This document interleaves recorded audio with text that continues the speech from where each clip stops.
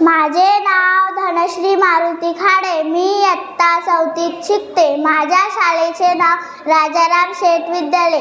मी आज तुम्हाला 3 डुकरांची गोष्ट सांगणार आहे. एका ठिकाणी 3 डुक्कर आणि त्यांची आई राहत होती.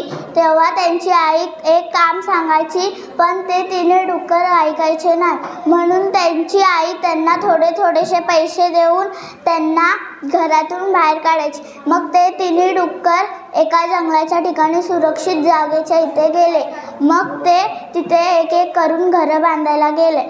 सगळ्यात मोठ्या डुकराने गवताचं बांधलं, त्याच्या दुसऱ्या डुकराने लाकडाचं बांधलं, त्या सगळ्यात छोट्या डुकराने विटांचं बांधलं. मग तो 2-3 दिवस कष्ट करून घर बनवत होता, पण ते दोन्ही डुक्कर त्याच्यावर हसत होते. मग एक लांडगा सगळं बघत होता.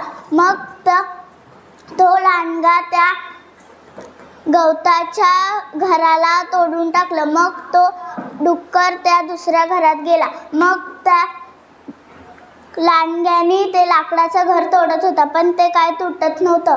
म्हणून तो जोराने आला धावत आणि ते घर तोडून टाकलं. मग ते दोन्ही डुक्कर त्या तिसऱ्या घरात गेले. मग तो दरवाजा तोडायला गेला, पण काय दरवाजा तुटत नव्हता. म्हणून त्यांनी टेबलं खुर्च्या लावल्या. धन्यवाद. या गोष्टीचं तात्पर्य आहे की एकाचंच बळ आहे.